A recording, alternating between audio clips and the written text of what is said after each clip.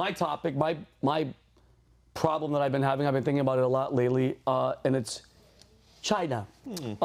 I genuinely think, and Brandon, I know you don't see in the same wavelength as me, but I want to find out what you guys think. I think China, to me, is a sleeping giant. I think we need to take them a lot more serious than now, more than ever, because their power militarily, internet, freaking cyber, everything that they're doing is stepping up. And I'm sick and tired of seeing China constantly take advantage of our country and literally get away with murder. From COVID, that's killed almost, I think, 6,990,000 people.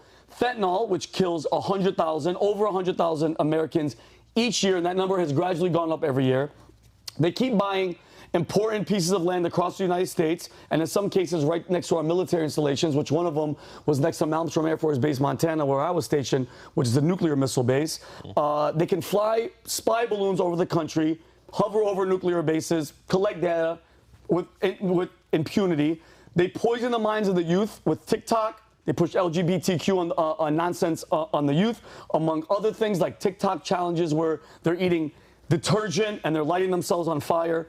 But their TikTok is only educational. You can't watch anything negative on their thing. It's all teaching those kids to be freaking soldiers. You know what I mean? So this is my opinion, China's strategically setting themselves up. Like, remember in Independence Day where the ship started, going into the locations and it was like a chess game, and then one day, boom. And I genuinely think, guys, it's gonna happen. Might not happen in 5, might not happen in 10, not even 20, but it's gonna happen. One of our writers at Valuetainment, his name is Shane Devine. Shout out to Shane at VT.com. Check it out for all the stories. He wrote an article recently where the Pentagon released a report analyzing China's military readiness. And guys, I literally had to print, look at this book, all right? Last week, the U.S. Department, the DOD released this report analyzing how China intends to become a global powerhouse by 2049 through economic independence, technological supremacy, and geopolitical mastery. The document that I just showed you guys says the People's Republic of China, PRC, I'm going to use that abbreviation, is the only competitor to the United States with both the intent to reshape the international order, increasingly economic, diplomatic, military, technological power, and advance that objective. This pamphlet, which is online, Department of Defense. It's called Military Security and Developments Involving the People's Republic of China. It was released annually, and it's sent to lawmakers as part of a Congress mandatory program to assess the status of China with the focus on its military. The DOD paid approximately $178,000 just to make that, Rob. That's not bad. Oh, it's not bad. But sounds like a discount. Yeah. It's to scare, it's to let you know these people mean business, okay? Brady, Brady, look over there, Brady. Okay, so inside this book, I'm gonna show you guys. I took a couple of excerpts. I mean, you guys obviously saw it's a freaking inch-thick pamphlet. So inside of this, Rob, they say war and military. The national strategy of the PRC is the great rejuvenation of the Chinese Party, unifying Taiwan by force. All right, they're letting you know what they're going to do with mainland China, as well as solidifying full PRC control of Hong Kong. They're readying themselves to fight and win wars against a strong enemy. You know who the hell that is. Numerically, the largest navy in the world is China. Did you know that, Taylor? I did not. The largest navy in the world, obviously you did, over 370 ships and submarines and over 140 major surface combatants. Its air force is also rapidly catching up. They suck, though.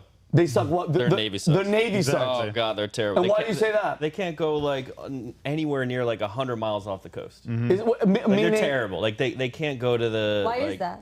They're just bad at building things. They're just not good at it yet. Yeah. Wait, you mean that little plastic toy that I have that says made in China is not going to last for 10 years? It might. No, I'm pretty sure not. But when it's cheap, That's it why won't they- last long. That's why they steal so much intellectual property, because in a communist system, you don't really have a situation where people are good at building things because you're not incentivized to buildings because you're not allowed to get rich off of what you create. Oh, damn, that's such a great because point. you're supposed They to suck. also having a communist sort of like regime or whatever. They're not sharing ideas. It's basically this guy and this guy coming up with the ideas, and that's it. Well, Is it's that the what it is? incentive. You know, you create the next groundbreaking thing, then the government breaks into your house and takes the idea from you, so you're not exactly incentivized. Can you imagine being an Elon, like if Elon was from China? China. Yeah. You never. There wouldn't be an Elon. It would be China. Or Look down at Jack Ma. He disappeared off the face of the earth. Yeah, what happened to that guy? Nobody knows. Nobody. Oh, we know. It's also like guys that came up with that build cars that run on water, and these people disappear. Oh, they died. Like in Yeah. a second. They died. But finish the. I love that. Brandon's like, apologize. no, Robert. I'm new here. No, that's how we roll. Okay, here. all right. So they also, between the fall of 2021 and the fall of 2023, the U.S. has documented over, and I know you guys have been seeing this, we see their ships and everybody, all their airplanes, 180 instances of PLA, coercive and risky air intercepts against American aircraft. They buzzed one the other day. They fly close. Bro, they're not afraid of us. I know you're saying about the Navy, but they're not as scared. I agree. Another topic, psychological and alternative forms of warfare. China's continuing to develop its concept of three warfares comprised of psychological warfare, public opinion warfare, and legal warfare. Multi-dominion precision warfare, MDPW, which uses data collection and AI to assess weak points of the United States operational system with the intention to attack them with precision strikes. Mind you, they're not even hiding it. It's right there in front of you. So that's why I can't wait to get to you, Brandon. It currently possesses the ability to disrupt American natural gas pipelines for days or even weeks. That's a crazy assessment. Terrifying. They have plans for next generation intelligentized warfare, including attrition warfare by intelligent swarms, cross-domain mobile warfare, AI-based space confrontation, and cognitive control operations. Economics, dude, this list, it's insane. Cognitive control? Is that mind control? I think that's mind control. Awesome. Yeah, cognitive control. I might have said it too fast. China's intensifying its preparations for total financial technological independence due to Western sanctions placed on Russia. China has become a willing buyer of Russian energy exports to prop up the nation as it deals with Western sanctions, and it sees that Russia's presence is felt as a multilateral organization. And the last, international relations, the PRC said that the 20th Party Congressional Political Work Report that times of turbulent international climate are on the way. Weird that Gavin Newsom goes over there, weird to talk about climate. 100%. Mind you, how bad is China's carbon footprint? I'd say they literally are the worst. Maybe India. Maybe is India? putting in a good fight. But for them to be like, this is the turbulent climate, you're the problem, Yeah. China. Yeah, they are. So they instigate all other, dude, it's socially and culturally, like this goes on and on, but this is why, and going to my main point, by the way, I could have kept going, that thing is just so much in there and it's so freaking scary that this is why I think one of the main reasons Donald Trump was such a threat to the establishment, because he knew what China was and wanted to hold them accountable. Okay, on all fronts. Think about it. What was the first thing he said when he came in, Brandon? Trade, no more of this trade stuff. He holds them accountable with trade. Tariffs. Tariffs, intellectual property theft, the stuff that you guys are talking about. Yep. He tried to ban TikTok, and guess what China said? No. No. That's not. That's our game plan. That's not. And then all of a sudden, and mind you, I'm not using the C word. These are just things that happen in a row that I just go, dude, it almost seems like a communist country that treats its citizens like crap, that has freaking slave labor camps. Okay, they treat people like complete garbage. They're not on the humanitarian scale. They're trash. I can give two shits about China. That doesn't mean you're racist. If you say you don't like China, fuck. Everybody always talks crap about the United States. I'm not a fan of them, the leader, the whole kit and caboodle. But anyway, it's just odd to me and a coincidence that this guy that's finally holding this superpower accountable, a virus during his election year, comes out of a lab that we own with Dr. Fauci, that little rat, which I just found out that, did you find out he was running a lab in California or somewhere and they got sent Wuhan the coronavirus? We'll get into that later. Jesus. And to this day, when did COVID happen? 4 years? 2022. 4 years ago? Yeah. Guess what? Zero accountability. You know what that means? They can do whatever they want. Okay? Now one has to ask, why would our government let all this happen, Brandon? Why let the balloons fly around? Why let them buy land? Why let them get away with COVID? Why let the whys? I could sit here and why all day. Why would they let one of our greatest adversaries walk around with impunity and have zero consequences? Okay, and I'm going to ask that, and why they sell out. Why do all these people in power, Rob, and government, I'm sorry guys, I'm talking long, but I'm going to give you guys the floor. Were they compromised, like with immunity? Like if they're going to take over, which it seems like it's going to happen, they're planning it for 2049, or is it their promised riches when it goes down, which that never is the case, I mean, they never pay you back, or are they compromised? And I say this, I saw a video that Kelly's going to play right now, a video of General Michael Flynn. He was recently on the podcast, and he mentioned something about people in Congress and the House and them being compromised. I want to show you guys this clip, and I want to hear your reaction. Kelly, go ahead. We have the House of Representatives right now is totally, completely broken, and they're totally owned by the corporate lobbyists, and frankly by the globalists who own many of these people because they've been compromised on some of these what they call Codell trips overseas, where these members of both the House and the Senate get compromised by sleeping with children, and they compromise. And these are real things. These are very real things. They get them caught up in the world of big bucks, big money. So my point, and Rob, I'm going to go to you, then I'm going to go around to everybody. Yeah. So Rob, you see what they're doing. They've laid out their plan. The government spends $200,000 a year to basically tell us, warn us, here, guys, they are coming. Why do you think we are treating it as if it's nothing, and then why do we bow down to them? Is it a compromise situation, you think? Or is it that we're in on the plan and we're down like Rome, like we're going to fall regardless? Yeah, I think it could go either way. So I think there's definitely compromise at every level. I think, the Chinese system, they are fantastic at, turning people. I think you look at like Dianne Feinstein. Okay, so when she was, I guess God rest her soul, when she was running San Francisco in that district, I think her assistant, if I'm not mistaken, or her EA, was a Chinese spy. I remember. So, and she is on the Foreign Intelligence Committee, and pretty much the ranking member of our intelligence service. Yeah, and so, what's his name? And not to cut you off, what's his name too? Swalwell? He was dating a Russian spy too. Yeah, all of California. Yeah, no shit. Looking like that guy. So all over Silicon Valley, and like some of the most important parts to our technological infrastructure was, probably getting leaked through those offices. Oh my because God. they had access to all that. So they're very good at compromising. I also think I would counter your point too a little bit too. Go ahead. I love counters. As much as they are scary, they have a lot of influence and they know how to turn people. I also think that their demographics are absolutely collapsing. I think they're screwed.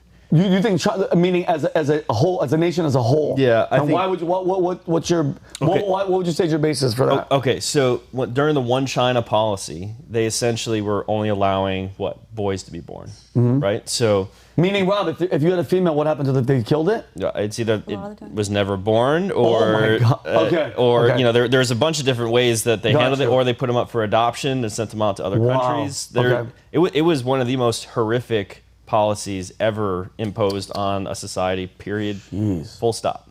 But now you have the repercussions of that, is that now their entire generation that's supposed to be, they're consumers. So we have, as millennials, we're consumers, and we basically make sure our economy stays afloat for the baby boomers. Yeah. We replace the baby boomers. They do not have a replacement to their baby boomer generation. Wow. So their demographics are collapsing so bad that they won't have there's basically so many old people in China that they have to take care of their grandparents. They have to do all this stuff.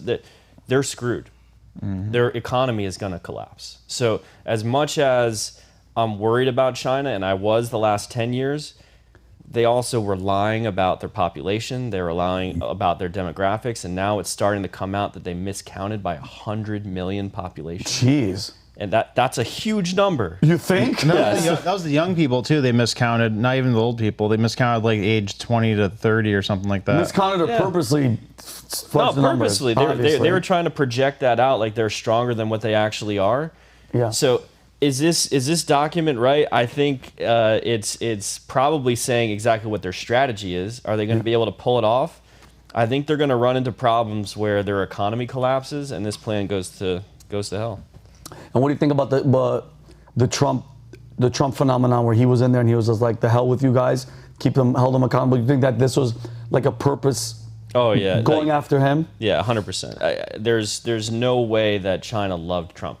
Not There's like a 0 point donut hole, 0% chance that they like Trump. When they found out, Rob, like when they were watching, I'm pretty sure Xi Jinping was like, He was like, no. He was not happy. No, he was not a fan. well, yeah, so, yeah. Well, and we were tough enough on trade that I think, well, really, actually, you probably want to give credit to Lighthouse, because Lighthouse was the one who was the, not the ambassador, but the trade...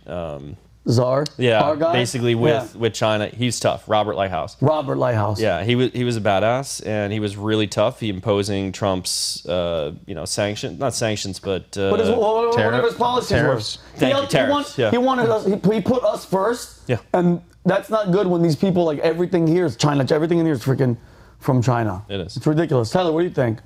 As far as when it comes to the collapsing and what they put out there, I actually do feel that China they promote something different to the world than what is reality. And eventually that'll come to, the rooster will come home to roost. That's what the saying is. I love that saying. I do feel, though, that as far as like their influence from like social media and when it comes to what we absorb, they're very influential. I mean, remember the NBA situation where like they couldn't speak out against China? So whether or not be from just an economical standpoint, from an influence standpoint on the way we think here in America, I think they've done a fantastic job as far as influencing kids. You mentioned TikTok earlier when it comes to what are we paying attention to. So a lot of their strategy, whether it works or not, it is crumbling inside of America. I think it has a large impact on our children, our MBAs, like our large sports teams, the way we think. You think the Communist Manifesto, #1 is like abolish private property. It's abolish the nuclear family. A lot of those things that they've brought over here is corroding America from the inside out. So as far as influence, I think they're doing a fantastic job. Brandon, I love it because Brandon looks like he's about to jump out of his loafers. What's up? Yeah, so to start, notice how all the things you said are things that are very much within our control, as far as, the TikTok, the fentanyl, the letting them buy land here. Those are all very much things that are within our control to stop. America, as a government, as a people. And, and this is the biggest thing that turned me off from the idea of working for the American government, is that I quickly saw that one of our biggest threats is the group of people inside the American government and the political system that seems to be working to, dismantle America and weaken it to the point where it could be part of this, one world government situation, because that's unobtainable right now for the people who are working towards the one world government, because America is too strong and independent and separate from this system to be dragged into that. But as far as it goes with China, so 100% true with the demographics thing. It's a massive problem. I think they have like double the amount of 50 to 80-year-olds as they do, I think 20 to 40-year-olds. Double? Yeah. Holy crap. And they have twice as many 10-year-olds as 5-year-olds now, so the problem's compounding. Yeah. Wow. So less and less people are having kids, and now their real estate. So check this out. So they have enough empty houses in China to house the entire population twice. And Of China? Yeah. And nobody. Why? They're called ghost cities. Because that's what's fueled their economy for the last 30 years. So it's the biggest asset class in the world, the Chinese real estate market. It's like 25 trillion or something, but it's all, house of cards BS. Yeah. So they literally just do it to fuel the economy, pay for jobs. They just build these buildings. And then nobody's in them. Nobody listen. That's what happens when the government makes a bunch of jobs. We're going to employ all of you and make jobs. Well, who's paying for it? And like, what is actually the job and the purpose? Oh my God! So that's the government spending the money on itself, on the people, like. Yeah, and they're helping them. Yeah. It's the only thing people are comfortable investing in, because you're not allowed to own crypto there. The stock market's unreliable, so people just pour money to the real estate market, and they'd rather just own an empty house than anything else. So that's why there's this demand for these empty houses that people just hold on to. So that's insane. Yeah. Who was the Chinese real estate firm that just collapsed, or like basically Country defaulted? Garden. It was the biggest one. And what size was it? What was the default payment? It was monster. 25 million. Yeah, they couldn't even make a $25 million payment. Like it was something stupid. That goes back to like their fundamentals and their principles. They live off a communist system, which is all on the government, is all lies. You can't trust it. And when you talked about the population, Yamni Park speaks about, like, obviously her story coming from North Korea to China, or being sold into China.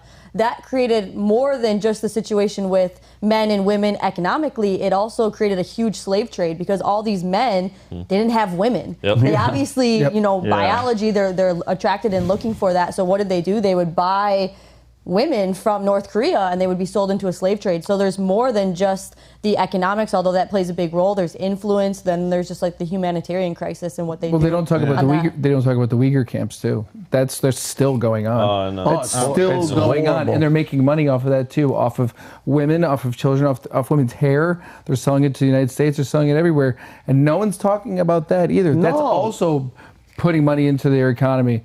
But like you said with the ghost cities and stuff like that, that's terrifying because there's those structures that no one's using.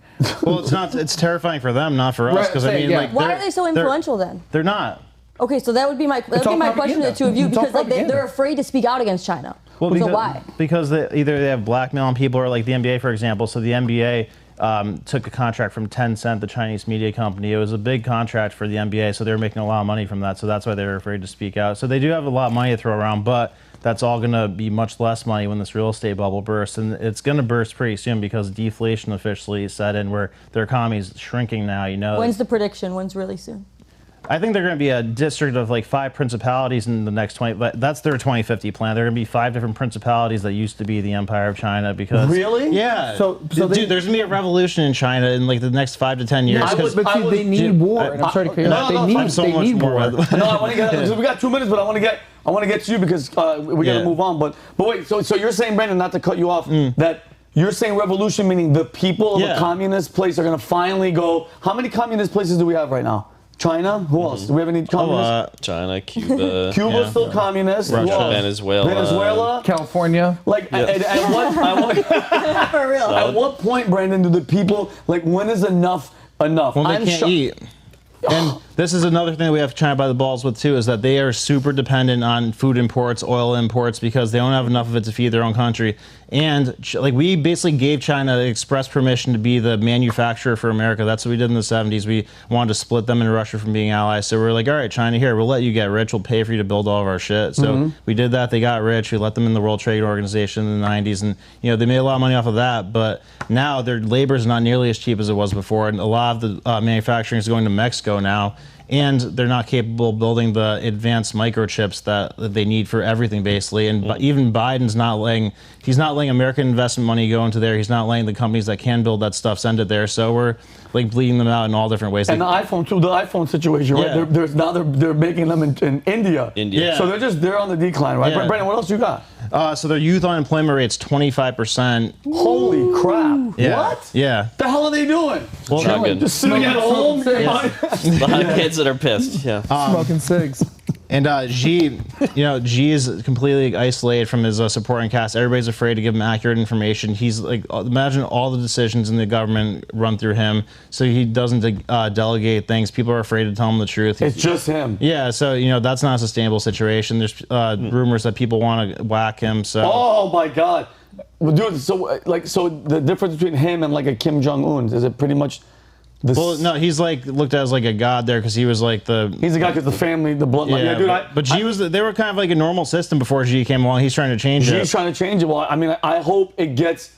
I mean, I don't hope that they starve, but bro, I am the biggest fan of revolution and change. And it's like, at what point do you say enough is enough? And like, guess what? These camps where our families are in there and working, we're shutting this shit. We're gonna go get them. Yeah. We're shutting this whole shit down. It's only a matter of time, you think, till they get rid of them? Yeah, no, because I mean, maybe they'll revolt, or maybe things will get so bad that they revolt, because like deflation set in now, like I said, and that's a compounding problem. Like people are spending less money because they're expecting prices to go down, so businesses are laying people off, having to drop prices, and ultimately, they're afraid to get involved in this Russia thing because, like I said, they're dependent on food imports, they're dependent on oil imports, and they're completely landlocked. So, they have not jungle to their south, Himalayas to their west, like desert to the north. So, and look what's to the off the coast of all of our allies. Japan, Taiwan, the Philippines, our Navy bases. So we could cut them off in a second. So you're saying that even though the military security development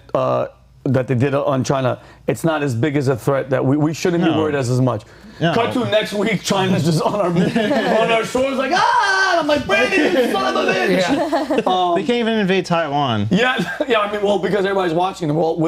everybody will get involved if they do mess around with Taiwan. No, I swear to God, if nobody helped Taiwan, I don't think they could invade Taiwan based off of what I've seen. But that's a story for another day. But I appreciate you, Brandon. So basically, listen, you didn't change my mind, but you made me think on another side of the coin. American government's our biggest threat, in my opinion. I 100% agree with you. I 100% agree with you.